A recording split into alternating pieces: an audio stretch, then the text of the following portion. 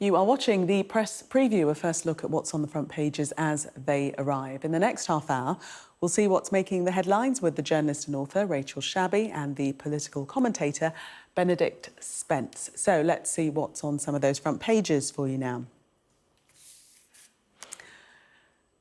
Well, the Telegraph leads with the coronation on the front page, as you see there, the King and Queen pictured. Granny would be proud. The Mirror leads with the Prince of Wales's tribute.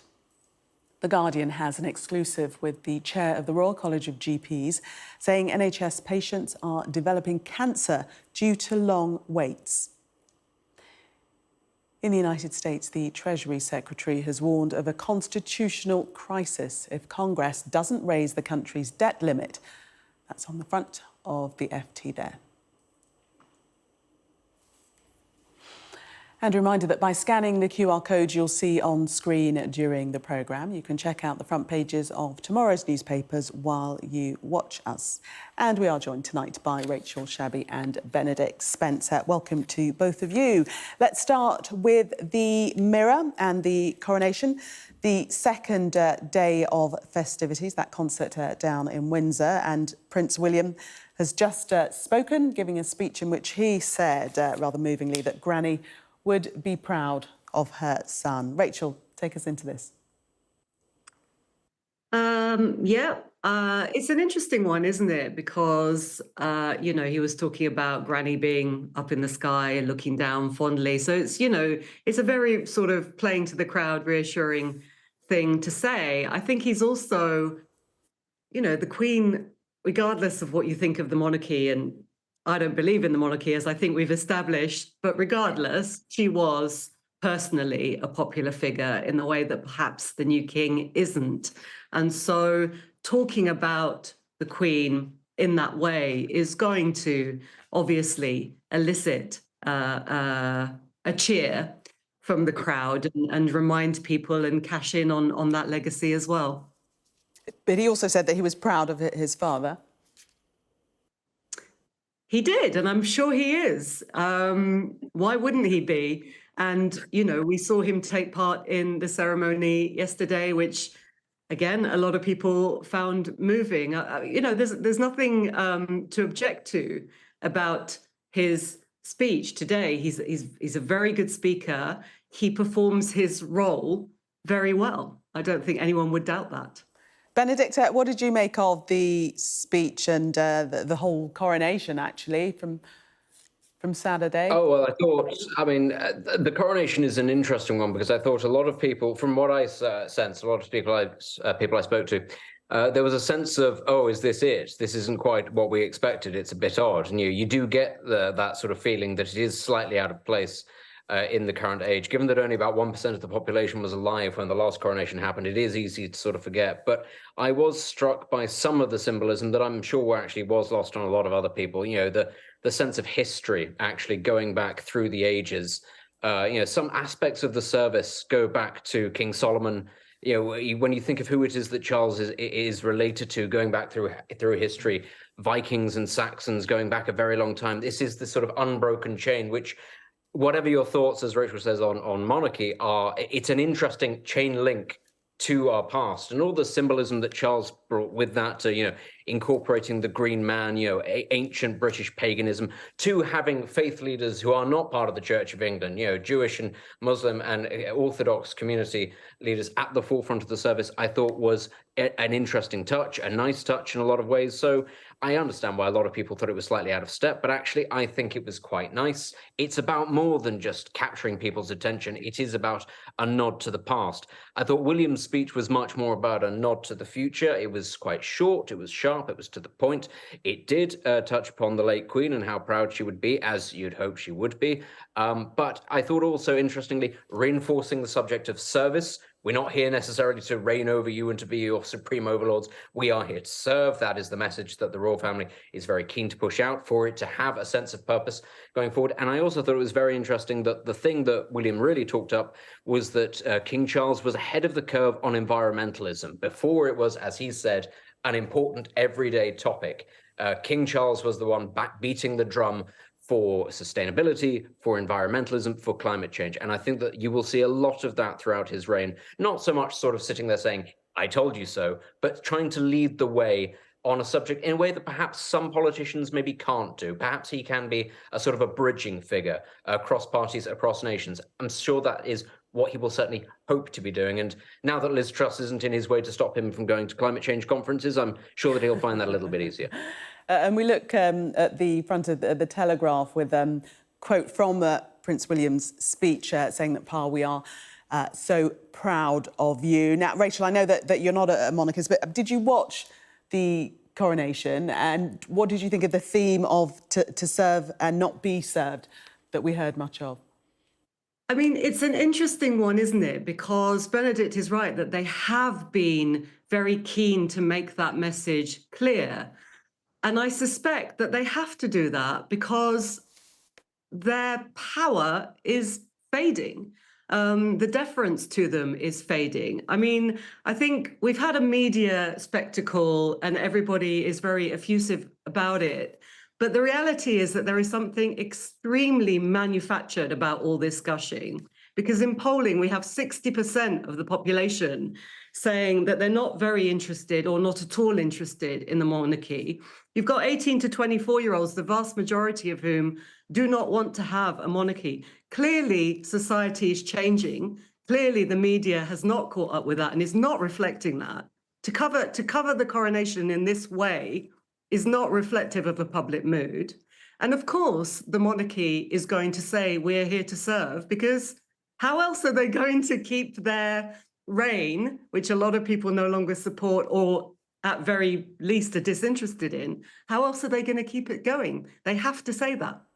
And Benedict, we have the Prince of Wales referencing his grandmother and saying that, you know, she would be very proud of her son. How important do you think it is to keep that link foremost in the public's mind of the Queen? Well, I think what's important to remember, everybody now looks back very fondly on Elizabeth II, even though actually if you sort of look at her reign in the whole, you wouldn't say it was a smooth ride. And there were times when the monarchy was deeply unpopular while she was on the throne. And I think that actually that's partly the link that you would draw from this, is that the popularity of monarchy ebbs and flows with how useful it can find itself, ultimately. They are now sort of gilded figureheads in a cage, sort of trapped by their own privilege and power, if you like. They're unable to, you know, as Prince Harry has found, it is not easy. You don't just sort of leave the firm on your own terms. It can't be done. So I feel as a sort of an element of sadness for them that they do have to keep on trying to find a reason to go on.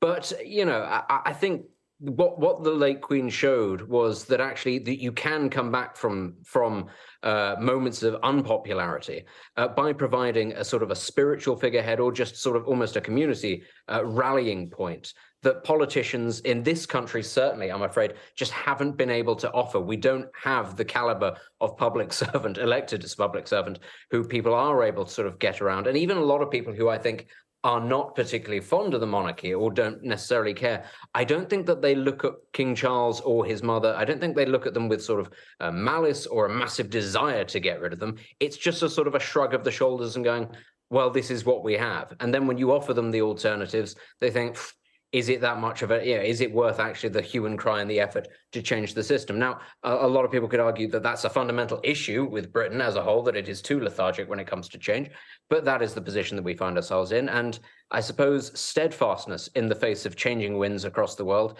was the calling card of Elizabeth II. And I'm sure that Charles would hope that he could have that same sort of steadfastness across his reign.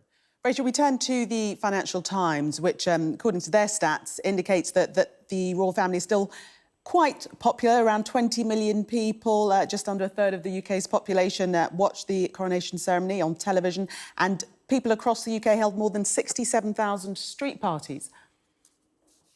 Well, let's not conflate viewing figures with popularity, because I don't think we can say with a straight face that the 20 million people who watched it are all diehard royalists. No, I mean, that's not a correlation. But the 67,000 street parties, what does that tell us? Sure, I mean, sure.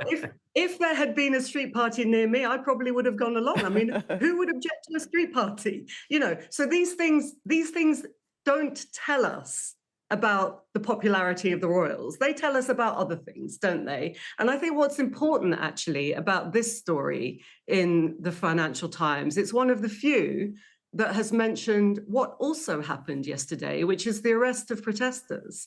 Now, Benedict was talking about how the new king's environmentalism and being ahead of the curve of that was recognized tonight. And I do think that is true. And I wonder what he would have made of the police arresting Just Stop Oil protesters yesterday, who had no intention of doing anything other than revealing that they were wearing a T-shirt and waving a placard. They were amongst some of the people who were arrested yesterday. And so you do have to question what is happening in this country where that kind of oppressiveness over just wearing a T-shirt or being a Republican at a rally in Trafalgar Square, which you've already told the police about and the police have already said you can have, and then being arrested, that's just for waving a placard. I do think we have to ask ourselves very important and very serious questions about why and how that is being allowed. Benedict, there has been criticism, it has to be said, of the Met and them being too heavy-handed in terms of dealing with the protesters, and some MPs are calling for answers on this. What are your thoughts? There'd have been calls into the conduct of the Metropolitan Police if they'd allowed them to sort of get too close to the parade, spooking horses, if there'd been altercations with people who were monarchists as well. No, there would have. This is the thing, actually. I am not a major fan of the Metropolitan Police, but I do believe in this situation, they were damned if they did, they were damned if they didn't. We need to remember, actually, this was not just about the coronation, actually, this event. This was an event that saw heads of state from around the world coming for the celebrations, if you like, royalty, presidents, prime ministers from all over the place. So you can understand why, as much as I'm saying, I don't think that the Metropolitan Police is particularly good at what it does. You can understand why the Metropolitan Police was probably on heightened alert as to absolutely anything moving, because one false step, one thing goes wrong, and it's all on them. And I think ultimately you can look at this and you can go, it's not great. But I think it's more important to go back through the sort of the litany of things that have happened with the Metropolitan Police and say, really, this is something that we should have foreseen coming. And ultimately, I can't get too het up about it, because in the grand scheme of things, of the other things that the Met could have fumbled, this wasn't the worst thing. I understand it's very frustrating if you are a protester, but of that day of all days, I think people probably should have been aware the Met probably weren't going to be at their friendliest, shall we say. OK, we're going to leave it there. I think you both made your points, and it's obvious that you're not going to agree on that, but we'll talk about more papers when we come back. Coming up, the impact on patients of the long wait to see a doctor. We'll be discussing that and more next.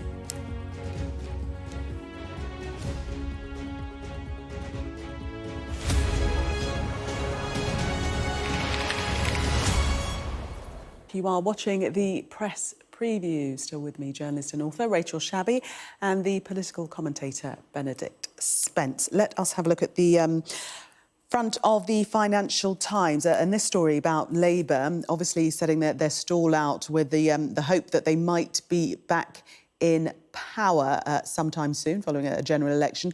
But the government would increase the stamp duty paid by foreign buyers. This is an attempt to vow to limit foreign buyers of UK properties. Rachel. Yes, I'm not quite sure if this would do what it says on the tin. So it wants to woo voters, presumably voters who want to buy properties or want to buy property for the first time potentially. And I'm not convinced that this is going to cut it. So they want to increase the stamp duty for foreign buyers of UK property, whereas presumably it would stay the same for first-time buyers. And they're trying to do this to stop overseas investors buying properties in the UK, which at the moment is I think, quite a high rate. And they want to introduce rules so that for a certain period of time, first-time buyers get it's almost like first dibs on new developments, so that they get a chance to purchase a property. My concern is that this isn't what the obstacle is for first-time buyers. The major problem in the UK is the giant lack of affordable housing, giant lack of housing stock, full stop. And then within that lack of affordable housing, also people are not able to afford to save, to afford mortgages. So there's all kinds of problems within the housing market.